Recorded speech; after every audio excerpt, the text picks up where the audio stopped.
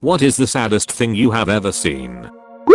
I work with kids, and over the summer I took them to a pool. One boy had a serious medical issue. I never asked what, but hair didn't grow on the left side of his head, and he couldn't use his right arm and leg very well. We get to the pool, and he's looking at me. All summer he's worn a hat, and he asks me what do I do. I told him he could wear his hat in the pool, and that it wouldn't be a problem. He said if I wear my hat, people will wonder what's wrong with me, and if I don't, they'll ask what's wrong with me. 10-year-old kid, and that's what he spends his time thinking about. Broke my fucking heart. I used to work in an office of people that were very close. I moved on to start my own business, working on my own, and missed the camaraderie of that place. A few months later I pick up the morning paper, and on the front page is a story about a bad car accident in which a man and his 7-year-old daughter were killed. Then I notice the name, and realize it was one of my favorite co-workers, absolutely loved by everybody. He was an older dad, had his daughter when he was 40, as did I a few months later. I was shocked and saddened beyond measure. The funeral was huge. Everybody from the office, all of his customers, anyone who ever knew him was there. It was the saddest event I have ever seen. Grown men, myself included, were openly crying inconsolably. I went through the line to speak with his wife, but knew I couldn't keep it together, and went to the back of the line. It didn't help. By the time I got to the front of the line again I was a mess. I blubbered like a baby as I told his wife how he had been a good friend and an inspiration as an older dad. If my son hadn't already been born, I would have named him after my friend. The worst part was the 2 coffins, and large and one small. Many of us couldn't even approach them. One guy walked in, trying to hold it together, and when he saw that little coffin he just lost it and burst out sobbing loudly. I have never seen a more grief-stricken funeral. This was no celebration of life. I was at the mall eating at the food court with some friends. To the right of us there was a father with his 2 young daughters and son. They were celebrating his son's 4th birthday. The father made the table look really special with Spider-Man decorations, a big cake, balloons, party hats. You could tell he worked really hard. He even asked us if we would tacker a picture of all of them. They had just finished opened presents and was about to have cake. Then a raging mad woman, the mother, walks up screaming that it's her day with the kids. She's screaming and he's trying to reason with her, explaining he wanted to celebrate his son's birthday with him. The mother grabs the kids and drags them out of the food court, leaving the father all alone at this nicely decorated table with an unto-shaped birthday cake he had made. He sat there for a good 20 minutes before cleaning.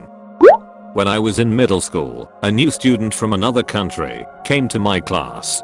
Didn't think much of it, but it was clear that he came from a poor family from Poland. I think edit. I checked. Yes, Poland. They did their clothes shopping from Salvation Army stuff. The second day in school, he came with a shirt with a big flower on it. The flower wasn't a design on the shirt. It like popped out of the shirt. I found out that everyone was making fun of him when I went into the bathroom and found him crying in one of the stalls. I felt so bad for him. He didn't have any friends, and he didn't know what to do. So I did the only logical thing to do, and I took off my shirt and gave it to him, and I took his. I had nothing to worry about wearing it, as I was well liked in my class. I went around to my friends and introduced him and got him to know everyone. We are friends to this day. Edit. Thanks for the gold whoever you are. I have simple rule that I live by. Be nice. It makes you feel good. My mother struggling to thread a needle. It doesn't sound like a big deal, but my mum used to be into knitting and sewing things a lot, and made a lot of cross-stitched cloths for decoration, and knitted loads of things for us to wear and to decorate. It was about 4 years ago when I just came across her in the living room, and she was trying really hard to thread a needle, but failing to do so. In that moment in time, I had the sudden realization that my mother, however amazing, timeless and beautiful she may be, was not eternal, and was aging. And in that moment also I began to notice wrinkles and white hairs on her forehead. I was really angry with myself for not noticing these things and not telling her how much I loved her every single day, because she was growing older and life can be incredibly cruel sometimes. She could be here today and gone tomorrow, and I still threw tantrums and was angry at her constantly for small things that really no one gives a shit about except myself. I was really angry and sad. So incredibly sad that, even if I had this realization now, one day she wouldn't be sitting on that couch holding those needles anymore, or sewing at all. She would be memories, empty chairs and unfinished jumpers. In that moment in time I realized all this, and it made me incredibly sad. So I went up to her and kissed her forehead and threaded the needle in, and she carried on without a world, and so did I. Edit. Thank you to the kind soul who has given me the gift of Reddit gold. This was a truly heartfelt comment from my side, and it does mean a lot. Thank you. I was walking home one day and I saw/overheard a mother disciplining her child. I don't know for what. This kid must have been around 10 years old. He yelled back at his mother, "At least I know I will never work at a McDonald's or clean someone else's house for a job." The mother froze. Everyone who was walking fucking stopped to watch that poor lady walk away from her brat child in tears. The kid just stood there, and he seemed to know he crossed the line. He just kinda looked around at the people staring back at him. Nobody said a word. About 10 years ago I was walking through Philly and I happened to be walking past a hospital. The hospital wasn't offset from the roads by greens or parking like I was used to. It came right up to the street. About 15 feet in front of me on the wall to my left was a pair of sliding doors. They were halfway to opening when a young woman, probably in her mid-30s, smashed into them and careened out onto the sidewalk. She fell onto her hands and knees and then retched and wept and vomited and wailed into the ground. The wailing, my god, that wailing. I will never forget that. It was so primal, so guttural, as though it were the outright manifestation of anguish. I have not heard anything like it since.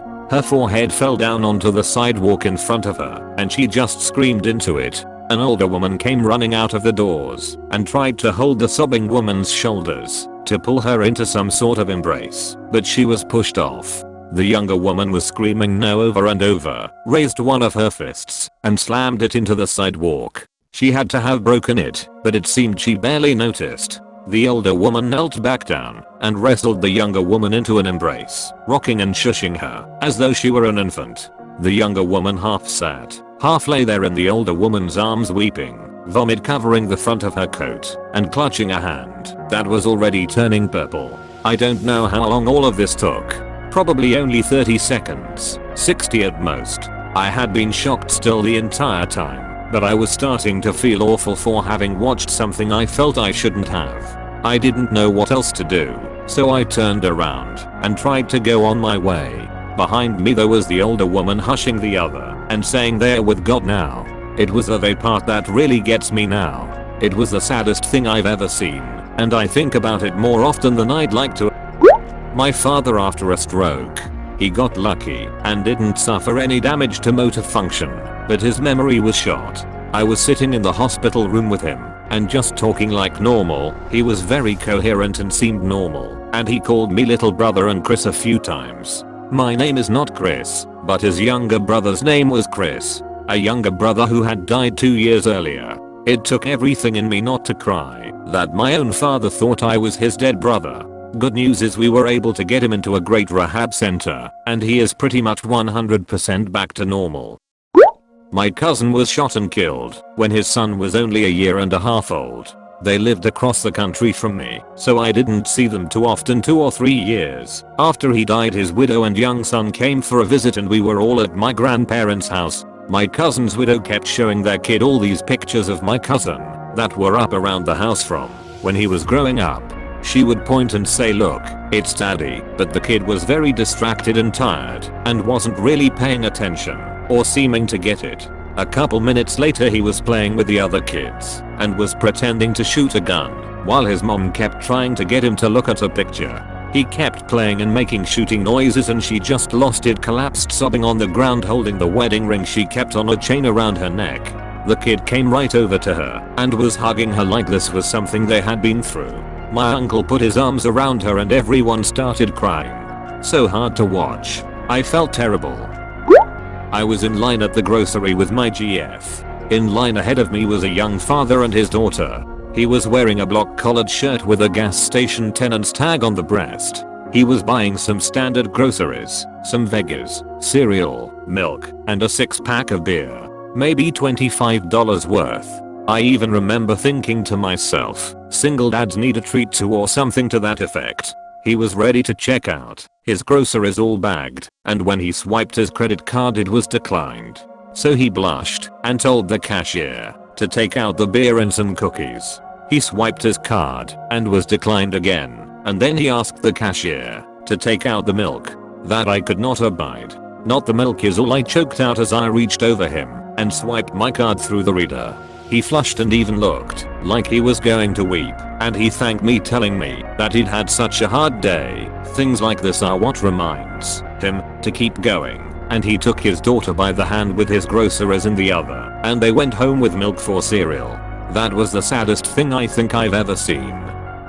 I saw a suicidal man staring at the ground walking towards traffic on the freeway. People had to swerve to avoid him.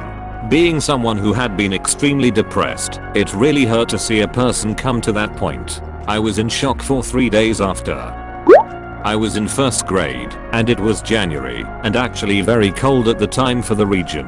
My older brother was in 9th grade and my sister was in 8th. We had a very cool cat named PJ. He could come inside, but he did like to prowl around at night. PJ would eat in the garage, and knew that when the garage door started shutting, it was his time to run out for the night. We had to keep the garage shut or else other animals would come in. So my mother was locking up for the night and started the garage door. The next morning my sister walked out to the garage to feed PJ and noticed that the garage door was open about 5 inches. She immediately knew what happened and screamed. This was before the door sensors. My brother and I came out, and PJ had been crushed on the head by the garage door. Due to the weather, he was also frozen.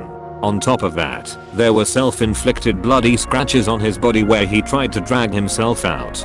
My mother didn't really care for the cat and made my siblings and I go to school.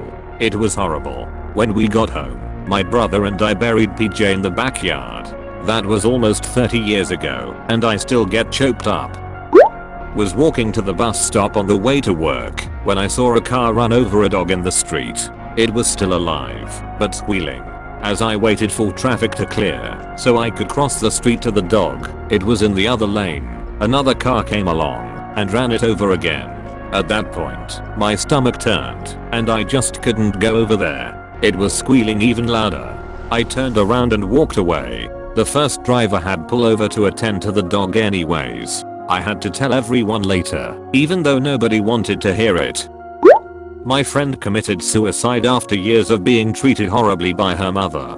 Her mom would regularly tell her that she wished that she had aborted her. She was worthless, she would never amount to anything, and everything bad was her fault. At the funeral, my friend's mom was crying in the corner yelling about how her precious daughter was gone, and how bad she wished she was still with us, and how she didn't think her daughter took it to heart when she said those things. I had never heard anyone cry so hard or so heartbreakingly.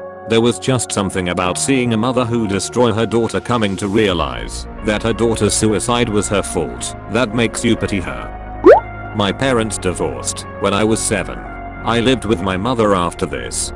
During my 7th grade year, my dad started trying to get me to live with him.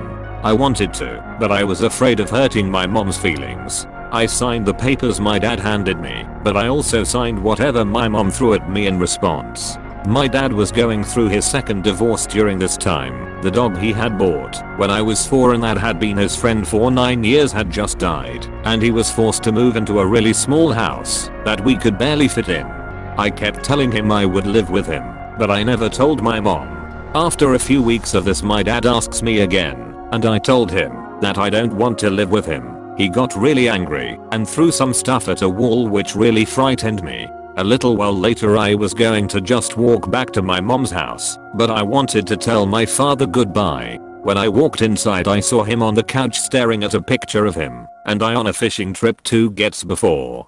There were tears dripping down his face and he was quietly sobbing. I didn't say goodbye to him at all. I just left. The man had lost his wife, his best friend, his house and his son within 2 months. I still can't think about this without feeling incredibly guilty.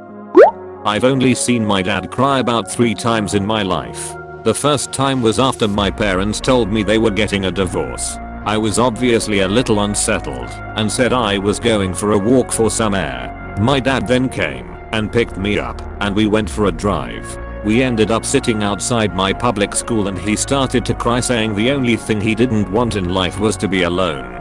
Then that December after the divorce we were walking through the mall doing Christmas shopping when my dad stopped at a jewelry store and said he wanted to get my mom a Christmas gift. It was the most heart-wrenching thing to tell him, no dad, if you want to get her something just get some scratch tickets or something small, no expensive jewelry. Me and my girlfriend spontaneously decided to go out for dinner one evening. We picked a moderately priced Italian restaurant, nothing fancy. We sit down and order our meals and start to chat. About 10 minutes after we sit down, an older man comes in and sits down at the booth across from us. We didn't think much of it until we see the waitress bring out 2 drinks. After she leaves, the guy pulls a picture out of his wallet. He said sit on the table, takes a drink and starts to cry. Our hearts broke for this poor guy who we can only assume lost his wife. A wife who enjoyed spontaneously going to this moderately priced Italian restaurant with her husband. All the feels.